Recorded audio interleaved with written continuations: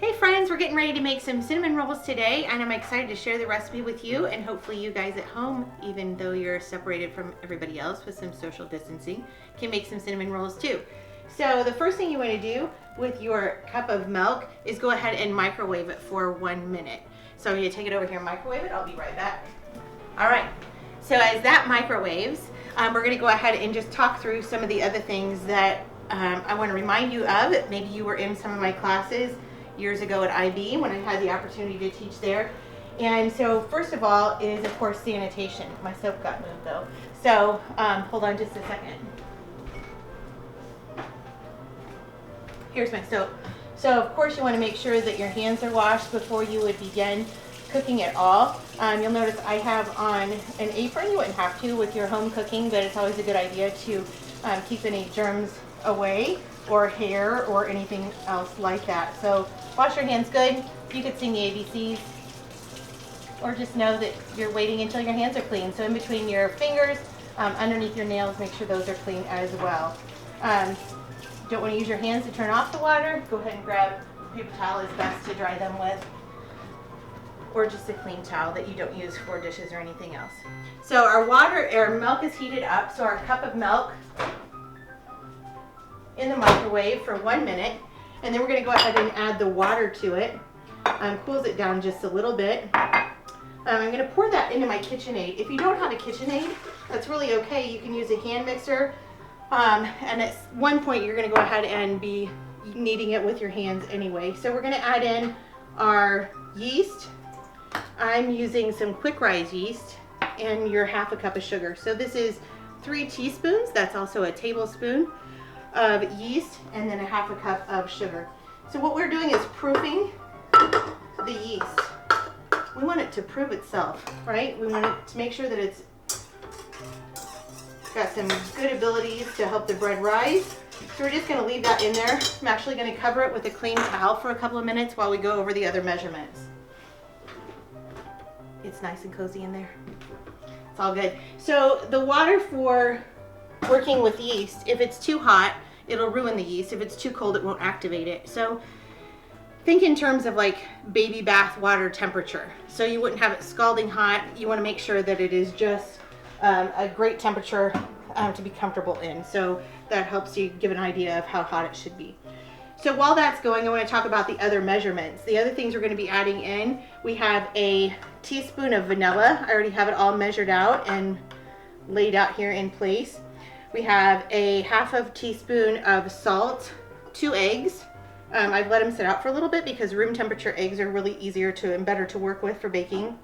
A half a cup, which is 1 stick of butter, so 8 tablespoons is a half a cup. So we can talk about adjusting the recipe if anybody wants to as well. I have the teaspoon of vanilla. I think I said that already. A half a cup of sugar went in there with the yeast. And then I have 5 cups of flour. Now it's best if you can use bread flour, but you can use all-purpose flour as well. So when you're measuring flour, I have 4 cups already measured in the bowl. You want to make sure that you spoon it in to the measuring cup.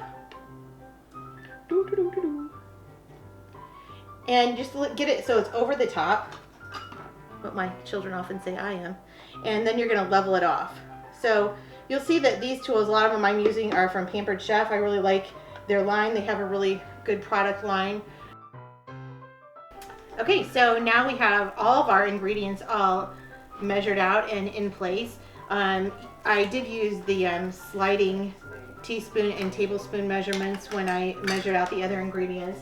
I'm going to go ahead and take a look in here, and you can see for my yeast, I'll show you the bowl up here. You can start to see that it's getting foamy. And that's what you want. That means that the yeast is working. So I'm going to go ahead and add my hook attachment, or Captain Hook, and put that on there. And then I'm going to start adding some of the other ingredients. So first of all, I want to go ahead and add my butter. Now you're going to see that the butter doesn't really necessarily mix in super well. And that's okay. Once we start adding the flour, it will incorporate better. So I'm going to give that a little bit of a spin.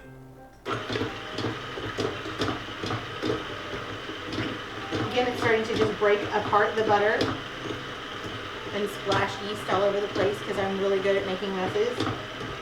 And then we're going to go ahead and just add in the vanilla and the salt. Again, 1 teaspoon of vanilla and a half a teaspoon of salt. And then the eggs one at a time. Now to make sure I don't get any shells into the mixture, I'm going to go ahead and just break this right into the bowl first and make sure that there are no shells in it.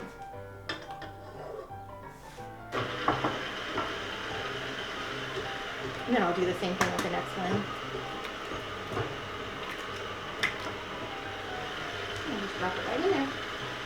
All right, so as that starts to incorporate, we're going to start slowly adding the flour to the mixture. So you'll just see my mixer is on low. I'm going to actually turn it off for a second and lower it down. I'll add some in and then mix it in. So we're going to be mixing this just on low and slow until everything's nice and incorporated. We start to see that our dough is holding together while you're developing the gluten in it. That's a bad word for those people like myself that can't actually eat gluten. I'm going to make these wonderful cinnamon rolls that I can't eat. That's better for my waist though, so that's okay. That's alright. Alright, so I'm going to just keep adding more of the flour to it. Now, again, if you didn't have a KitchenAid, they're I love using a stand mixer for breads. I also like to use my bread machine to get this dough ready, and then it just gets it to the stage that we will be at to roll out our cinnamon rolls. But of course, having a KitchenAid makes it really go much smoother as well. I'm going to turn it up just a little bit so I can grab something in.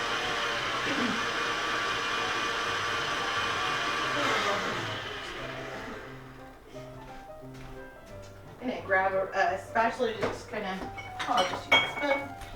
So I'm going to push some of the flour into the mixture. Again, notice that I have the machine off. It has a lot of power to it, so you want to make sure that you keep that machine turned off.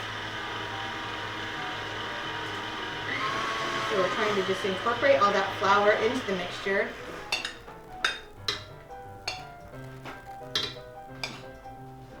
And then after I do this, I'm going to let it mix for about 6 minutes. So we'll take a brief interlude while this all mixes together. Again, you'll start off on low and then move it to medium and then high, or medium high would say.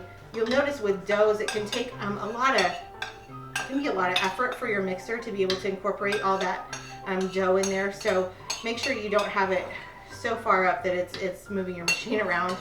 And it will get to a point that we'll also finish kneading it with our hands. All right. Go ahead and pause.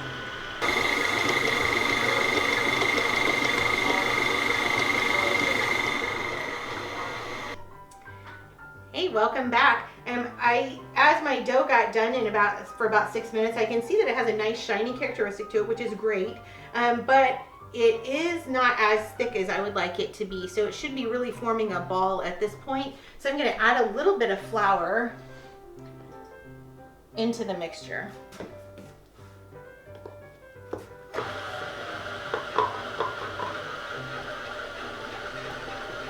And only for a little bit, and then we're going to be pulling this out and actually putting it on the countertop and kneading it for about a minute. Why do you need to do that? So that's really helping to make sure you incorporate it. And we all need dough right now, don't we?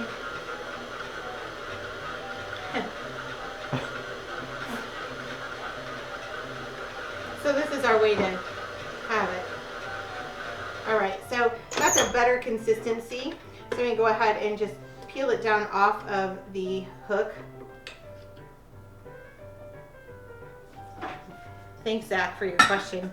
Hey, if anybody else has any questions while you're watching the video, please post your comments so I'll be able to see it and reply to them. Also, so this is how I use this mixture. I'm not going to say that there's not people who do it differently that don't even have a better result. These have gone over really well. when I've given them as a gift or for my own family. And so, you know, see what you like to use the best and use that. You know, I try to use baking as a way of encouragement. So if you see somebody having a hard time, whether it's now with the coronavirus or for some other reason, a lot of times just making them a homemade treat can really help to encourage somebody. Now, if you don't have that skill set, and not every skill is for every person, and your cinnamon rolls don't turn out well, I would, and you're around the Canton area, I would recommend you run up to Princess Creations. My friend Suella has some amazing treats up there in her cabinet, and she can meet you at the curb with those. So just call up there and tell them what you want. So I recommend that. So when you're kneading, what you're doing is you're going to fold in one side, fold in the other side, and push it out with your palm. Okay? So you have your countertop is lightly floured. So you're just really helping to get that all incorporated into one. Helps to build some muscles too. In these days of quarantine, isolation, coronavirusing, build some muscles. It's a good idea.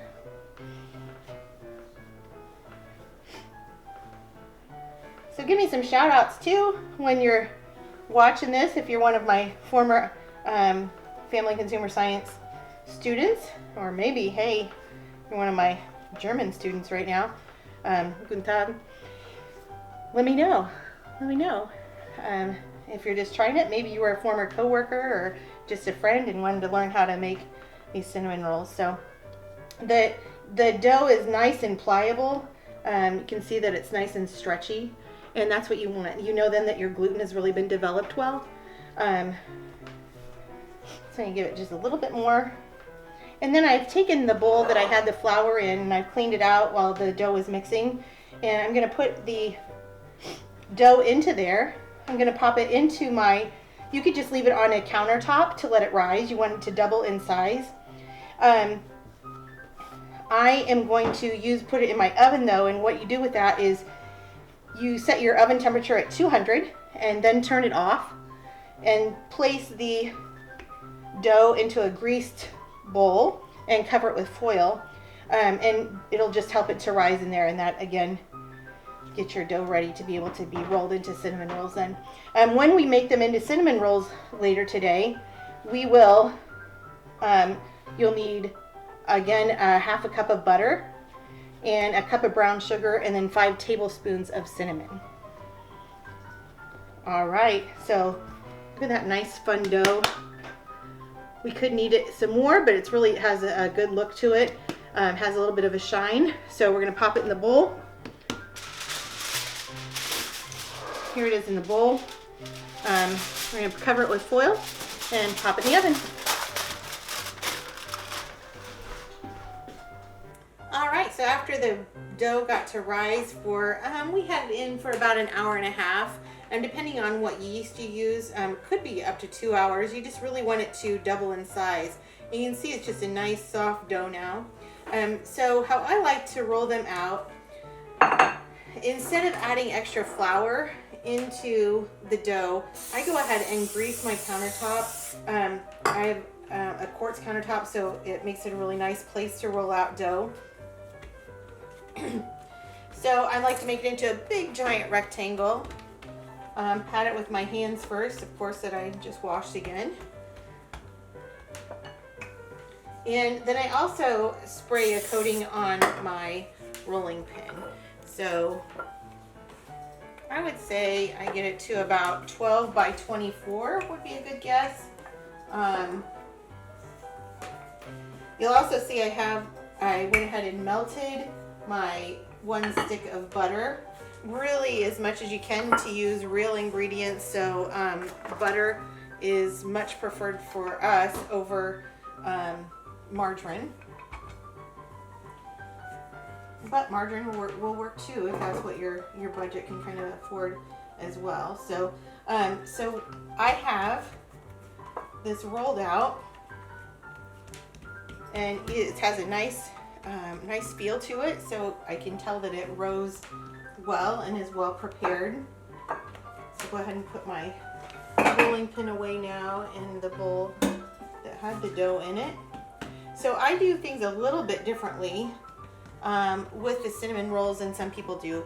One, I need our brown sugar, so that's something I forgot. So okay, so some recipes will say just to smear the softened butter across. I actually like to go ahead and mix together my 1/2 cup of butter, my 1 cup of brown sugar. Again, some recipes will say to use regular sugar. You kind of figure out what you and your family like best. And then I also have in 5 tablespoons of cinnamon. So we're gonna go ahead and just mix that all together. This is a fun thing for the kids to be able to mix this and smear it all over it.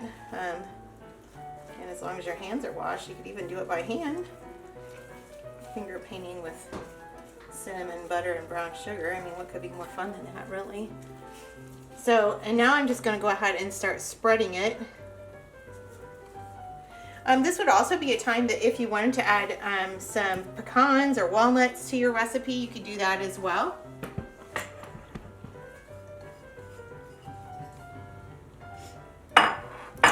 So I just kind of spread this around. Again, you have people just kind of develop their own ways to do this when you make them a lot. This is kind of has been what works well for me. People seem to like the results. I don't tend to have any leftovers. I have not yet come up with a gluten-free cinnamon roll that I like as much, but now that we are on, you know, kind of a secure in place mode in Illinois, maybe I'll have some time to work on that, while also fitting in my workouts to make sure if my cooking skills grow, my waistline doesn't as much, but you know, challenges. So anyway, I'm getting this all spread around. Hope that you guys can find a way to just encourage somebody else in your life today.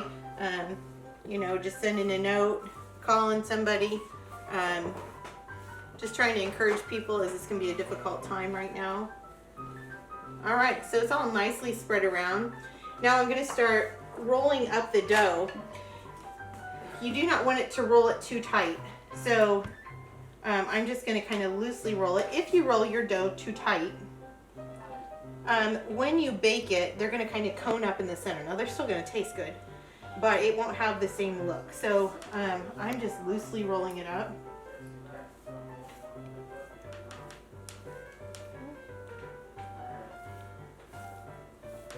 So I'm just getting that all loosely rolled up on there.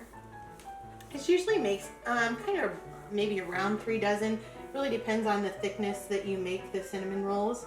I do probably about an inch, inch and a half per cut. As I get the dough rolled, I kind of lengthen it a little bit to make sure that it's all even. And now I'm going to cut it. So you could do this a lot of different ways. You could take a string, non-flavored dental floss, because you know, minty cinnamon rolls just sounds bad. You could take a string and wrap it around it and tie it that way. I like to use my Sanduka knife, and so I cut them.